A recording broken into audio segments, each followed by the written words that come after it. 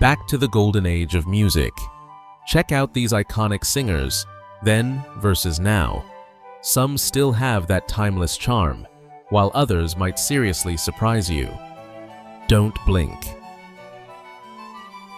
Petula Clark famously conquered the charts with Downtown, becoming the first British female to win a Grammy. Despite her song being eerily linked to the 2020 Nashville bombing, she distanced herself with grace. Now, the pop veteran defies retirement, still touring internationally and recently reprising her role as the Bird Woman in Mary Poppins.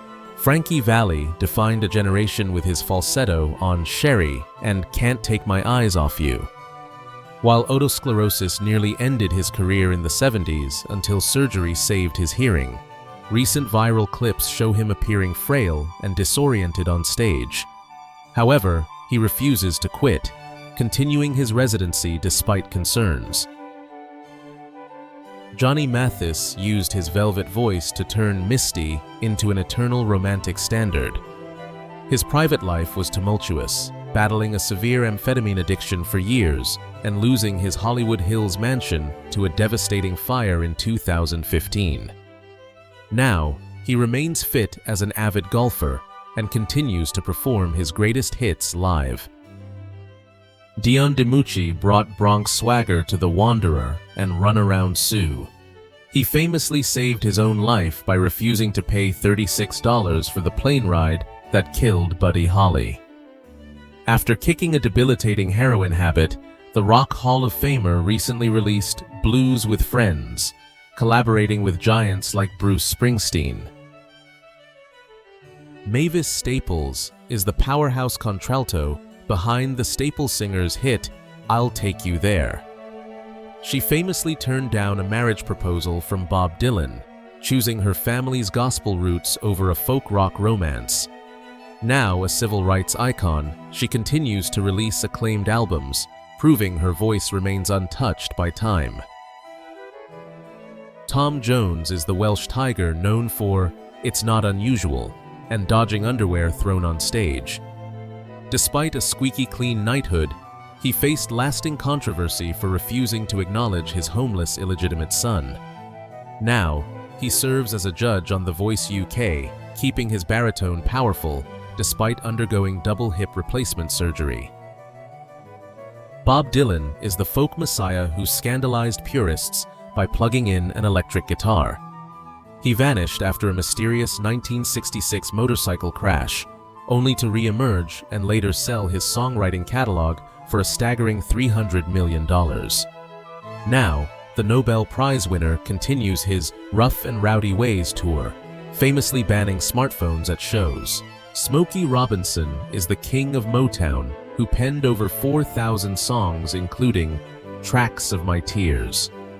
Beneath the polished image, he battled a secret 2-year crack cocaine addiction in the 80s that he says nearly killed him. Fresh from releasing a new album, he maintains a rigorous touring schedule and his signature youthful glow. Paul Simon is the songwriting genius behind The Sound of Silence and Graceland. His legendary partnership with Art Garfunkel dissolved into decades of bitter public feuds and cold shoulders. Recently, a sudden loss of hearing in his left ear forced him off the road, and he now lives quietly on a Texas ranch. Robert Plant is the golden god who wailed on Stairway to Heaven. He famously walked away from an alleged $800 million offer to reunite Led Zeppelin, preferring artistic freedom over nostalgia. Now, with a mane of white hair, he tours with Alison Krauss, exploring Americana roots instead of screeching high notes. Iggy Pop is the godfather of punk, known for inventing the stage dive and rolling in broken glass.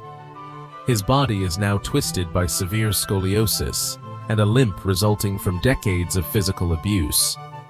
He lives in Miami, owns a cockatoo, and still performs shirtless, showcasing his leather-like skin to loyal fans.